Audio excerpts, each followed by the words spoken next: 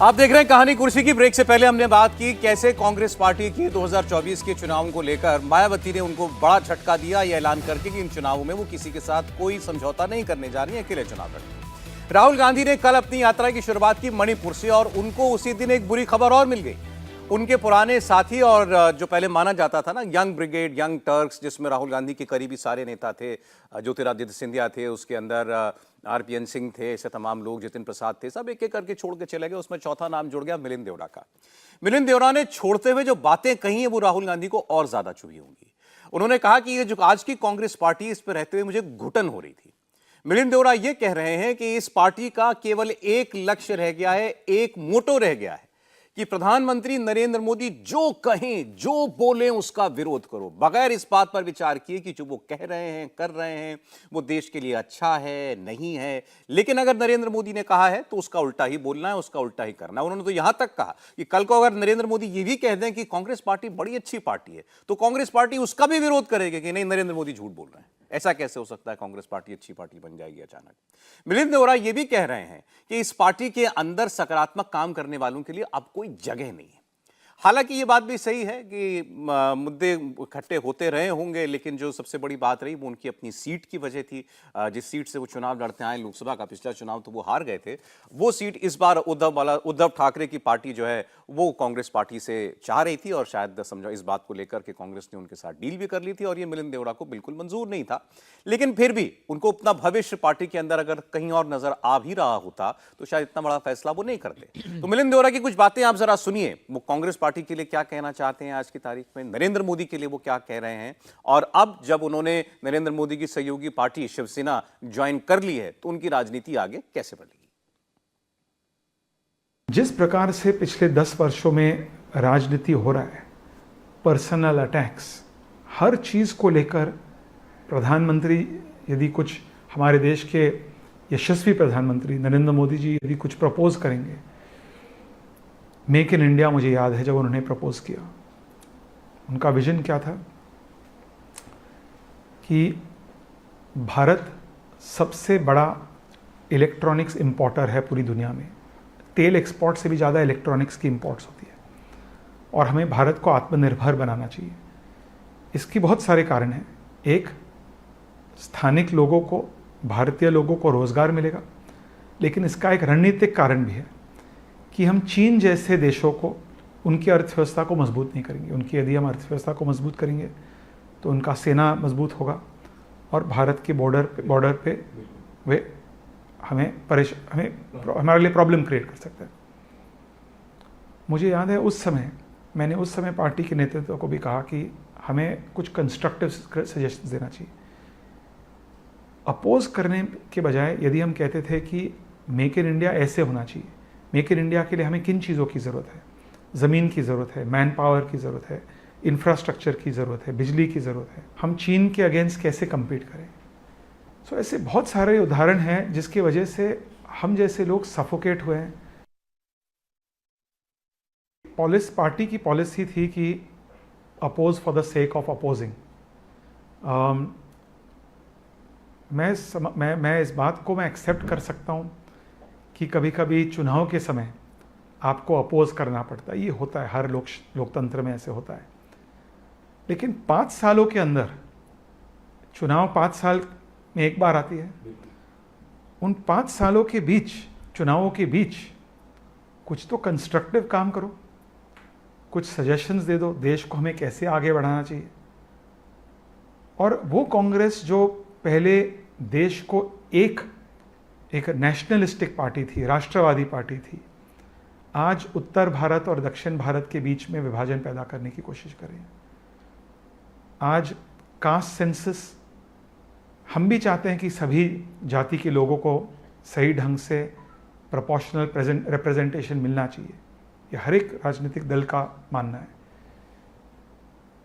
लेकिन पार्टी की प्रॉब्लम है कि वोट इकट्ठा करने के लिए, पार्टी की ओर वोट आकर्षित करने के लिए, ऊंचाई तक पहुंचने के लिए वे कुछ हद तक गिर सकते हैं, नीचे गिर सकते हैं।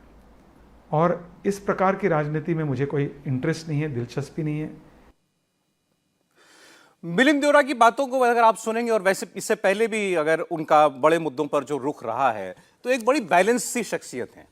कभी हाइपरबोल में नहीं बात करते कि उस पार या इस पार, अगर किसी को चढ़ाने पड़ाएंगे तो नरेंद्र मोदी की शान में कसीदे पढ़ दिए हों, या आज भी पार्टी छोड़ते वक्त भी अपनी पार्टी को लेकर के बहुत कुछ उल्टा सीधा कहा हो, चाहे राम मंदिर का मुद्दा हो, 370 का मुद्दा हो, इन्होंने स्टैंड अपनी पार्टी से अलग लिया और बड़ा क्लियर स्टैंड लिया कि इस पर हमारी राय ये होनी चाहिए। और ये जो बात वो कह रहे हैं, आम लोग इस चीज को महसूस करते हैं कि भाई कुछ तो अच्छा कर रही होगी ना ये सरकार। 10 साल में कांग्रेस पार्टी को क्या कुछ अच्छा नजर नहीं आया नरेंद्र मोदी के काम में? एक भी चीज, ऐसा कैसे हो सकता है? मिलिंद देवरा वही बात कह रहे हैं। नहीं, मुझे लगता है सौरभ जी ये मतलब बड़ी आसान सी बात लगती है, लेकिन अगर इसको थोड़ा सा गहराई से ध्यान से देखें तो एक व्यक्ति जो मुख्यमंत्री से प्रधानमंत्री बन जाता है, करीब करीब 1.5 दशक मुख्यमंत्री, 13-14 साल, और उसके बाद फिर करीब करीब 10 वर्ष प्रधानमंत्री हो ही गए, मई में हो जाएंगे पूरे। उसके बावजूद उस व्यक्ति को लेकर एक पार्टी और विशेष करके उस पार्टी के एक परिवार में कटुता है, जहर जैसा है, विष भरा हुआ है। और वो चूंकि वो पार्टी वो परिवार चलाता है, तो दूसरे जो सारे लोग हैं दे आर सपोज टू, यानी एक तरह से कहें कि दे आर बाउंड टू, वो मतलब उनका उनके ऊपर ऐसा नहीं है। कांग्रेस में बहुत से लोग हैं जो कंस्ट्रक्टिव पॉलिटिक्स कर सकते हैं, जो समय समय पर जिसको कहते हैं ना कि सिर्फ इसलिए कि विरोध करना है तो विरोध करें, ऐसा नहीं। लेकिन मिलिंद देवड़ा और उनके पिता मुरली देवड़ा, उनकी राजनीति, अभी जयराम रमेश को मैं सुन रहा था तो कह रहे थे कि हम आज याद करेंगे मुरली देवड़ा जी को, जिनके हर पार्टी में अच्छे संबंध थे लेकिन वो कहीं नहीं गए। लेकिन मिलिंद देवड़ा जो कह रहे हैं, जरा वो बात तो देश सुनेगा। इस देश में जिसको कहते हैं ना कि निजी उद्यमियों की एक क्रांति हुई, तो धीरू भाई अंबानी उसके प्रणेता बन गए, जिन्होंने कहा कि भाई सब कुछ शेयर होल्डर तय करेगा, एक एक शेयर होल्डर हमारा बड़ा महत्वपूर्ण होगा। रिलायंस की एजीएम होती तो मेला जैसा कभी कभी लग जाता है। वहां से जब हम आगे बढ़े तो आज राहुल गांधी क्या कह रहे हैं?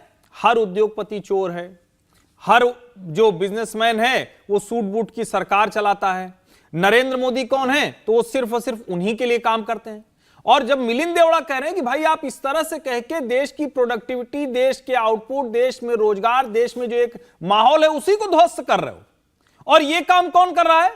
जिस पार्टी के नेता, ठीक है वो गांधी परिवार से नहीं थे, लेकिन इसका मतलब थोड़ी ना हुआ श्रेय तो कांग्रेस को ही जाएगा।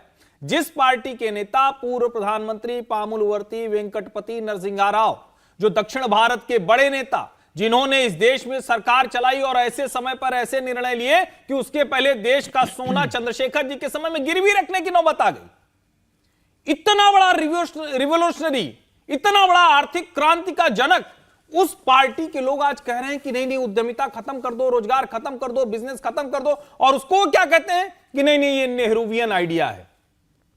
तब जब ये बात जोड़कर देख जाती है तब समझ में आता है कि भैया मोदी का विरोध करते करते सचमुच ये लोग देश का विरोध कर रहे हैं, देश के कारोबारी माहौल का विरोध कर रहे हैं। जो भी संभावनाएं देश देख रहा है, अच्छी बात यह है कि समय बदल चुका है, सब कुछ सामने आ जाता है। अब आप कहते हैं कि नहीं नहीं सब बड़ा खराब चल रहा है, तो ऐसा नहीं कि कोई मान लेगा या कोई अखबार कह ले या मेरे जैसा कोई विश्लेषक कह ले कि अच्छा बुरा उनको अपने अगल बगल दिखता है कि यार ये तो अच्छी सड़क बन रही, भाई यहां रेलवे नहीं थी आ गई, यहां रोजगार नहीं था, हमारे अगल बगल के इतने घर खाली हो गए छोटे शहरों में। क्यों? क्योंकि उन सब घरों के बच्चे कहीं न कहीं किसी न किसी रोजगार में हैं। वो लौट के आते हैं तो फ्लाइट से आते हैं, एसी सेकंड क्लास और फर्स्ट क्लास के टिकट में आते हैं, अपने माता पिता को भी साल में 2 बार घुमाने ले जाते हैं, जो कभी आते नहीं थे झांकने के लिए कि भाई लौटेंगे तो 20,000 रुपए लग जाएगा। मुझे लगता है बदलते भारत की समझ कांग्रेस को नहीं है, और जो मिलिंद देवड़ा कह रहे हैं इसीलिए उनको हर कुछ विरोध करना है। आप सोचिए अटल सेतु तक का विरोध हुआ है, आप जरा कल्पना कीजिए, अटल सेतु का विरोध हुआ है, वंदे भारत का विरोध हुआ है, अमृत जो नमो भारत ट्रेनें हैं उनका विरोध हुआ। यानी जो आपकी कोई विरोध की वजह नहीं है भाई, ये विकास के काम है, इसको कैसे कोई विरोध कर सकता है? उन सब का भी विरोध हुआ है। अच्छा, और जिस तरीके से इस पार्टी से जाना हुआ मिलिंद देवरा का, वो आपको पार्टी की, कांग्रेस पार्टी की फंक्शनिंग के बारे में भी बहुत कुछ बताएगा। आप उनकी, क्योंकि उन्होंने पार्टी छोड़ दी, उसके बाद जो जयराम रमेश थे उनके साथ उनके कुछ फोन पर बातचीत हुई है, वो मैसेज एक्सचेंज हुआ है, वो सार्वजनिक किए जयराम रमेश नहीं। तो वो ये बता रहे हैं राहुल जी कि इन्होंने मुझे सुबह मैसेज किया 9 बजे, कल की बात तो बता रहे हैं, और उन्होंने मुझे कहा कि मैंने उनको 2:30-3 बजे के अराउंड रिप्लाई किया। एक तो इतने समय के बाद वो एक ऐसे व्यक्ति को रिप्लाई कर रहे हैं जिसके बारे में वो ये कह रहे हैं कि मुझे पता था कि ये जाएंगे, तो आप उसको इतने घंटों के बाद आप जवाब देते हैं। मिलिंद देवरा ये लिखते हैं कि आपसे क्या बात करना मुमकिन नहीं है? तो फिर उनकी फोन पर बात होती है, फिर वो कहते हैं कि मेरी बात राहुल गांधी से कराइए। मतलब राहुल गांधी और मिलिंद देवरा के बीच में कोई सीधा कोई कम्युनिकेशन का चैनल नहीं है, इससे ये बात भी साफ होती है। अब जो भी कहें जयराम रमेश की वो उनकी पहले डील हो गई थी, उनका तो जाना तय था, उनकी और वजहें हैं। कांग्रेस पार्टी ने अभी हाल ही में उनको अपना संयुक्त कोषाध्यक्ष बनाया। आप एक पार्टी को, एक व्यक्ति को इतनी बड़ी जिम्मेदारी आप दे रहे हैं, तब आपको नहीं मालूम था कि व्यक्ति जाने वाला है, आज वो चला गया तो आप कह रहे हैं कि इन्होंने डील कर लिया और ये तो इनकी टाइमिंग नरेंद्र मोदी ने डिसाइड की है। देखिए, कांग्रेस पार्टी का दुर्भाग्य है कि उसके यंग जो नेता थे, जैसे जितिन प्रसाद, जैसे कि हमारे ज्योतिरादित्य सिंधिया, सचिन पायलट, मिलिंद देवरा, ये सारे यंग नेता माने जाते थे और ऐसा एक समय में लगता था कि ये सारे नेता जो हैं वो कांग्रेस पार्टी में बड़े ऊपर के स्तर पे आएंगे और कांग्रेस की आगे की रणनीति या आगे की कांग्रेस पार्टी को चलाना इन्हीं नेताओं के कंधे पे है। लेकिन हम देखते हैं कि ज्योतिरादित्य सिंधिया वहाँ से निकल के बीजेपी चले गए।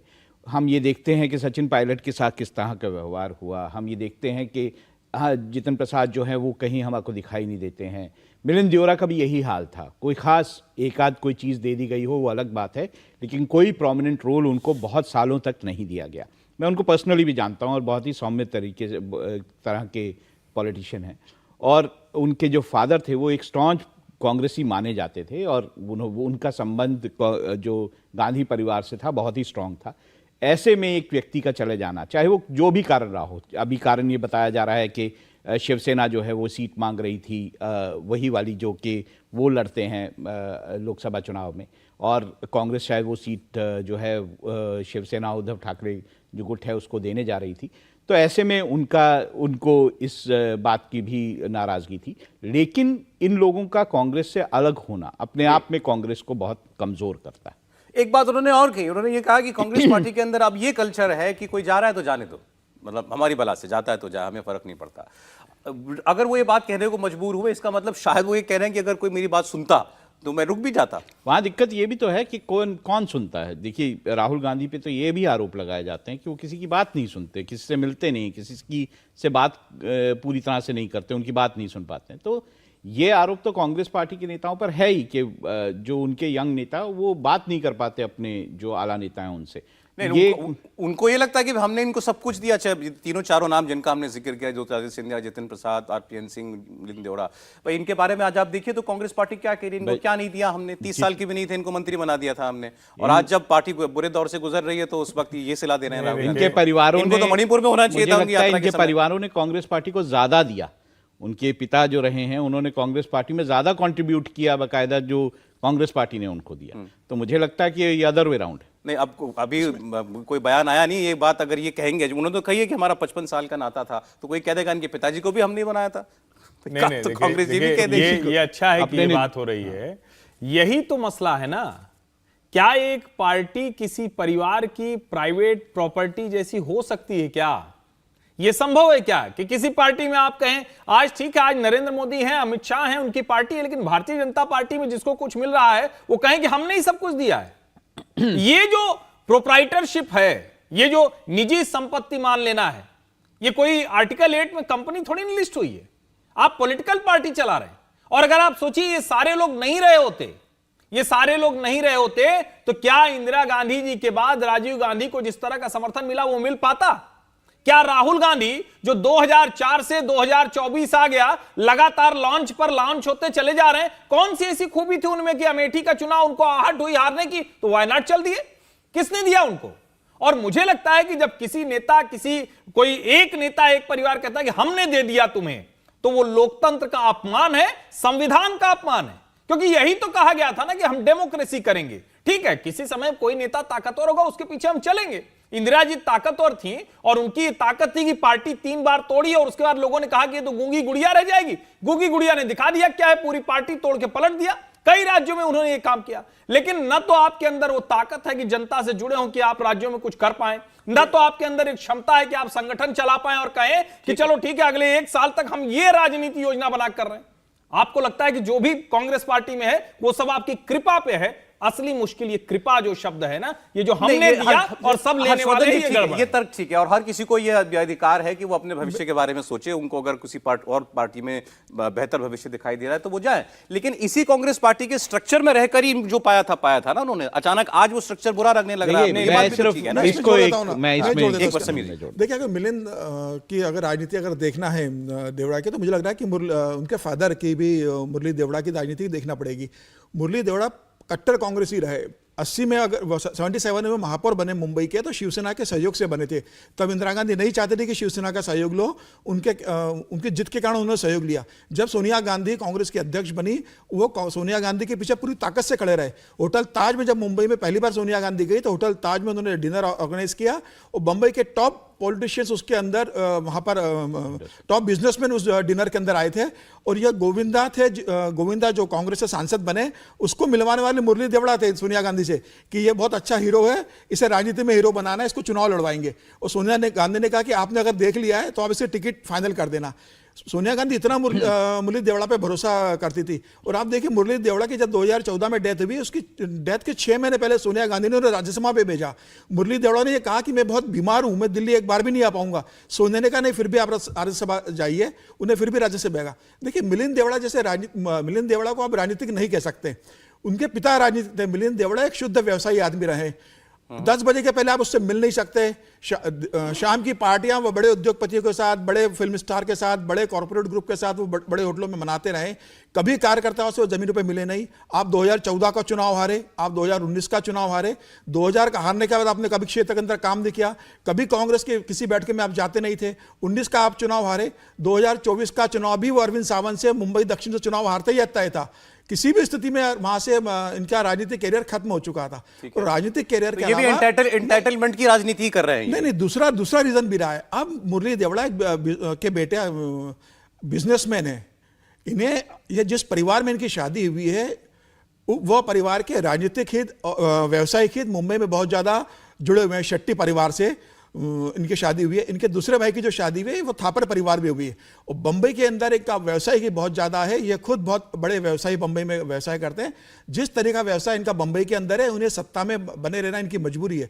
और ये इस बात को जानते हैं कि वह हित इनके कांग्रेस से सदेंगे नहीं। इनकी तो अभी भारतीय जनता पार्टी से बात चल रही थी 3 साल तक लगातार। देवेंद्र फडणवीस जब मुख्यमंत्री थे, कम से कम 5 बार मिले, राज्यसभा भेजा नहीं। भारतीय जनता पार्टी ने कमिट नहीं किया। भारतीय जनता पार्टी ने कहा पार्टी में आइए, की कोई गारंटी नहीं हम आपको राज्यसभा में भेजेंगे। इसके कारण उनकी बात नहीं बनी। अब जब एकनाथ शिंदे ने देखा कि मुख्यमंत्री बन चुके हैं, मुंबई के अंदर के जो इनके जो व्यवसायी थे उनके वहां से पूरे होंगे, और अपने व्यवसायिक हित को साधने के लिए बेसिकली गए। और हो सकता है कि उसके एकनाथ शिंदे, अभी अनिल देसाई का राज्यसभा कार्यकाल खत्म हो रहा है शिवसेना का 3 महीने के अंदर, तो हो सकता है कि एकनाथ शिंदे राज्यसभा चुनावों से पहले माहौल बनाने के लिए तो कांग्रेस पार्टी के खिलाफ एक और मुद्दा मिल ही गया सबको। अश्विन जी, बहुत सिर्फ है जिसको कहते हैं 2 लाइनों में, मुरली देवरा भी नेता थे तो वो सिर्फ इसीलिए क्योंकि कांग्रेस के लिए फंड जुटाते थे।